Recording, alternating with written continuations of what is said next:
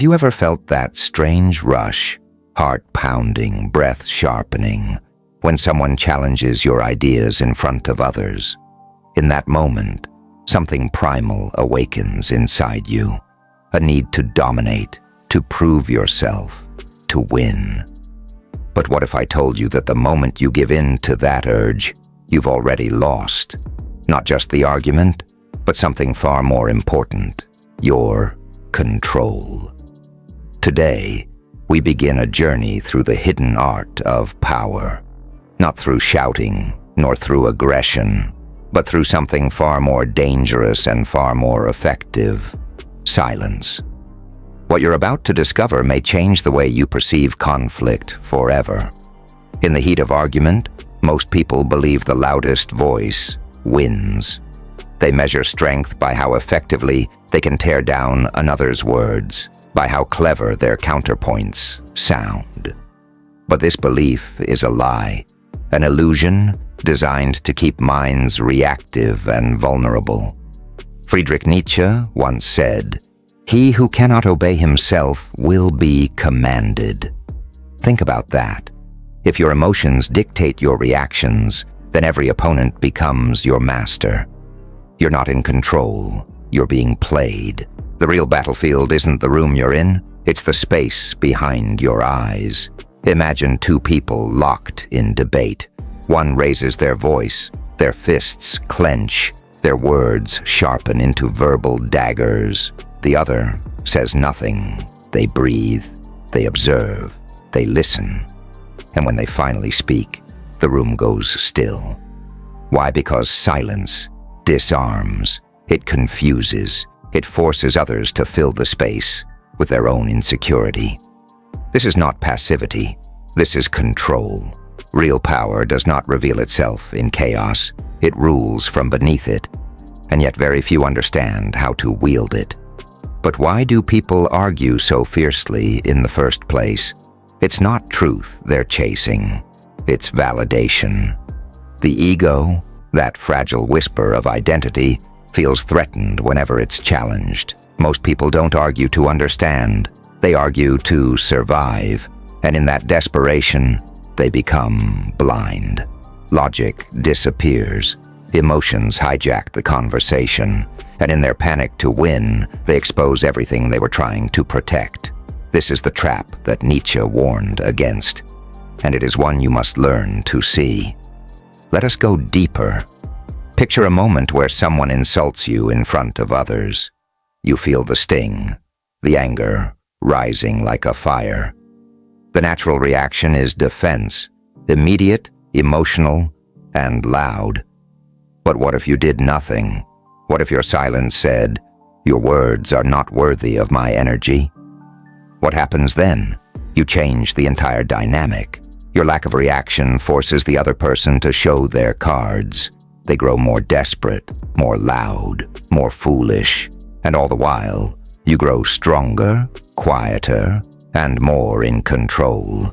This is the hidden war of influence. Strategic silence is not about hiding, it's about precision. Socrates knew this when he asked questions instead of making statements.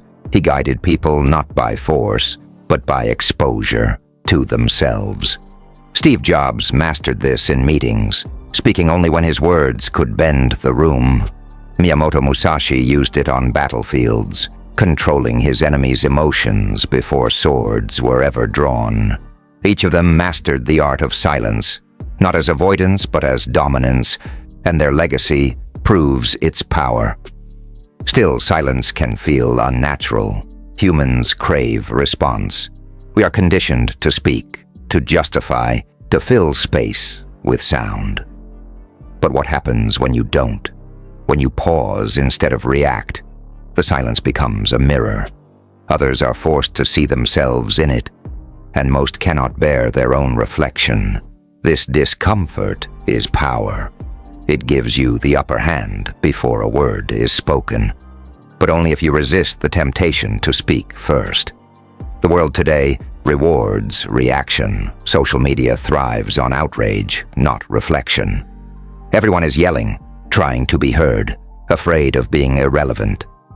But power does not lie in volume. It lies in restraint. When you speak rarely, your words gain value. When you choose not to speak, your silence becomes a currency that others cannot buy. It provokes curiosity, fear, and sometimes even respect. The fewer your words, the more they matter.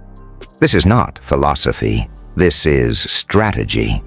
You've likely already felt this in your own life. Think back to an argument you lost not because you were wrong, but because you were emotional. You remember the regret, the shame, the moment you wished you had stayed calm. That regret is a gift. It's your mind telling you there is another way, a more powerful way. One that doesn't just win arguments, but ends them before they even begin. And that path begins with mastering yourself, not the other. So now you stand at the threshold of a new understanding. You've been taught that power comes from winning. But the truth is far more dangerous. Power comes from knowing when not to fight at all. The battle is not out there. It is in here, inside you. And the one who masters that battlefield never truly loses. But here's the question I leave you with. If silence can be more powerful than speech, what does that say about the words you've wasted? What if I told you the most powerful people in history didn't need to win arguments because they mastered the timing of their voice? Not just when to speak, but when not to. The silence wasn't weakness, it was warfare. And the moment they finally spoke, the world moved. In this part of the journey, we expose how strategic silence became the weapon of philosophers, warriors, and visionaries, men who shaped civilizations not by noise, but by absence. In a heated meeting room in Cupertino, engineers at Apple argued with intensity. They demanded physical buttons remain on the iPhone. Steve Jobs listened quietly. He didn't interrupt. He didn't correct. He simply watched them speak until they ran out of objections. Then when the tension thickened, he spoke, softly, clearly, with absolute certainty. People don't know what they want until you show it to them. That one sentence reversed the resistance of an entire team. Why? Because his silence wasn't hesitation, it was dominance. The battlefield had already been won before the war began. Silence can break down walls more efficiently than shouting ever could. Socrates never raised his voice. He didn't fight with declarations. He asked questions that exposed the contradictions hiding in his opponents' minds. He watched as they dismantled their own arguments. His silence wasn't passive. It was preparation. And in the moments he did speak, he didn't need to prove anything. He simply helped others realize they were wrong by their own logic. Tell me, how does one defeat an opponent who never raises his sword? But let's leave the halls of Athens and step onto the dirt of a Japanese battlefield. Miyamoto Musashi, the undefeated samurai, knew that a fight begins long before blades cross.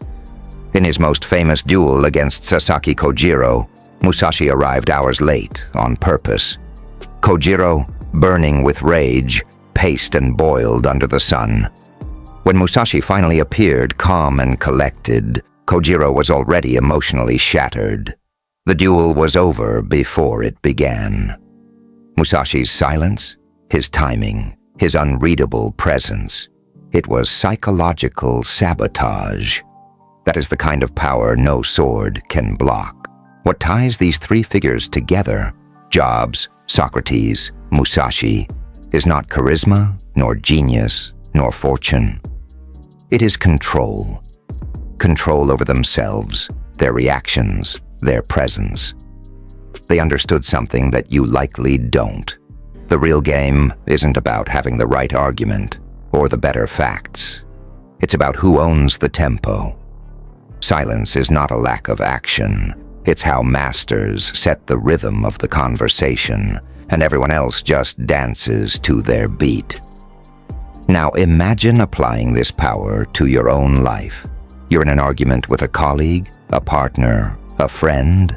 The heat is rising. You feel that old urge. Defend yourself, prove them wrong, say something sharp. But instead you breathe, you pause, and you say nothing. They speak again, this time louder, more desperate. Why? Because your silence is not emptiness, it's pressure, and people fear what they cannot read. You've just shifted the balance, and you didn't have to lift a finger. Here lies the terrifying truth. People fear silence because they cannot control it. Most use words to create clarity, to assert dominance, to fight back against uncertainty. But when you refuse to play that game, when you speak only with intent, others are forced to reveal themselves completely. Their motives, their fears, their emotional cracks. That is why silence is feared. It is a mirror no one can shatter. But there is a darker edge to this strategy. Silence is powerful only when you are powerful. If your silence comes from fear or insecurity, it reeks. People can sense it. It must be deliberate, anchored in your own internal authority. That is why Nietzsche said, "He who cannot obey himself will be commanded." To wield silence like a weapon, you must first conquer the most dangerous enemy you'll ever face, your own need to be seen, to be right, to be approved. Let's return to modern times. Think of public speakers who command entire rooms, the ones who don't rush their words, the ones who allow space between sentences. That silence draws you in. It demands your attention. Compare that to the ones who talk too fast, who try too hard. Their words lose value because they're too cheap. Silence is expensive. It forces others to pay attention. It is how influence is built, word by word, pause by pause. Perhaps you've been in a relationship where silence was used not as peace but as punishment. This is not the silence I speak of. That is manipulation. Strategic silence, true silence, comes from peace, not malice. It is a space where truth can grow. It is the moment before the arrow flies, the second before the verdict, the breath before the storm. When used correctly, it does not destroy, it commands. As you stand back and watch this pattern unfold through history, Socrates in debate, Jobs in meetings, Musashi in duels, you begin to see the same principle repeated. Those who do not need to speak are the ones everyone listens to. And that's what makes silence so dangerous, because it cannot be countered. There is no argument against nothing. You cannot debate a man who does not care to respond.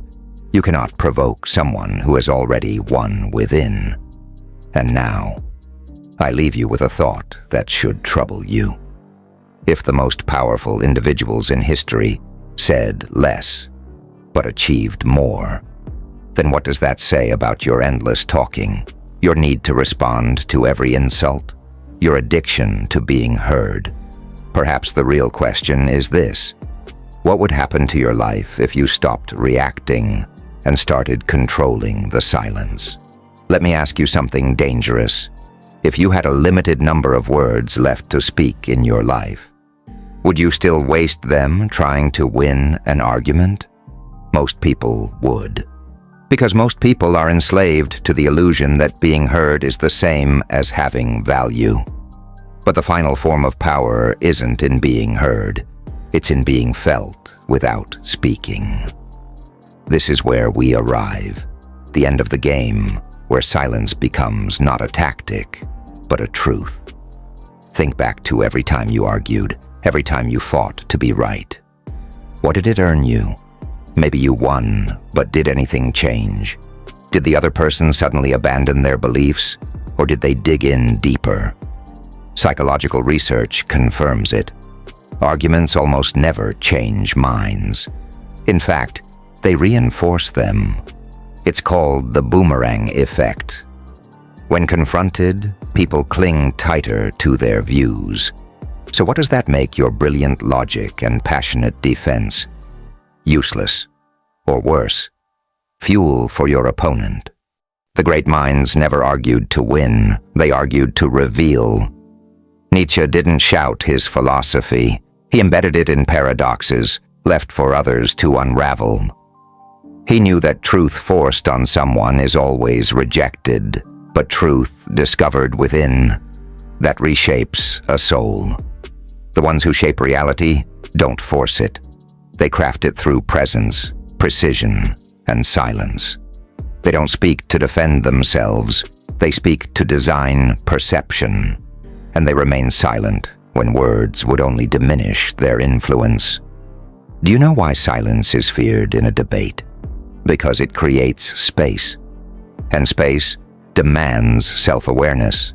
Most people cannot stand that. They flood silence with noise so they don't have to hear themselves. But if you can hold silence, truly hold it, you create a void that pulls others into reflection. It's the pause that breaks patterns, and only those with unshakable self-mastery can wield it. Nietzsche's will to power is often misunderstood as brute strength or domination, but power, real power, is internal. It's the ability to choose your reactions, choose your battles, choose your words, or your silence. The man who must speak has no power. The man who can choose not to speak controls the entire dynamic. He is not reactive, he is sovereign.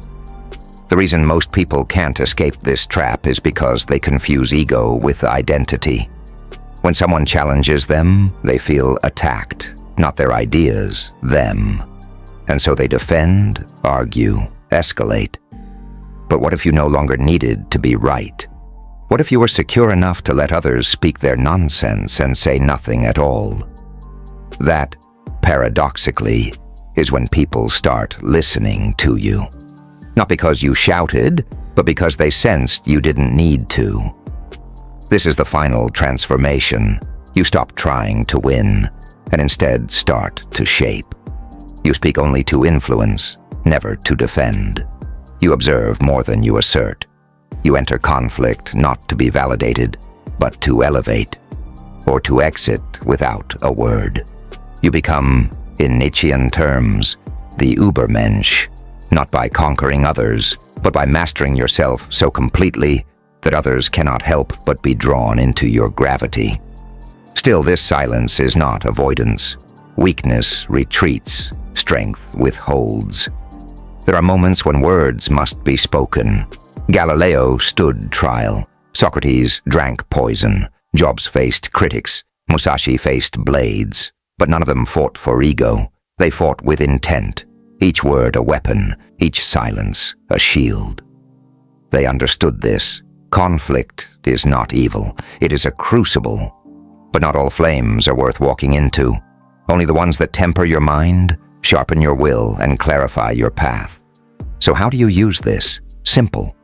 Before every reaction, pause. Ask, does this response serve my vision or just my emotion? If it's just emotion, you stay silent. If it serves a higher strategy, you speak. With surgical force. The words land like precision strikes, not scattered noise. And most importantly, you walk away when the battlefield is not worthy of you. This isn't detachment, it's command. You must understand this final truth. Every time you argue with someone who doesn't want to grow, you are betraying your own power. The goal is not to defeat them. The goal is to transcend them, to outgrow the arena they're still fighting in.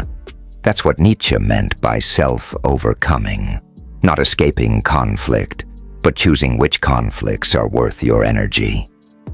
The most powerful individuals are not those who dominate others. They are those who cannot be dragged into meaningless war. So here we are, full circle.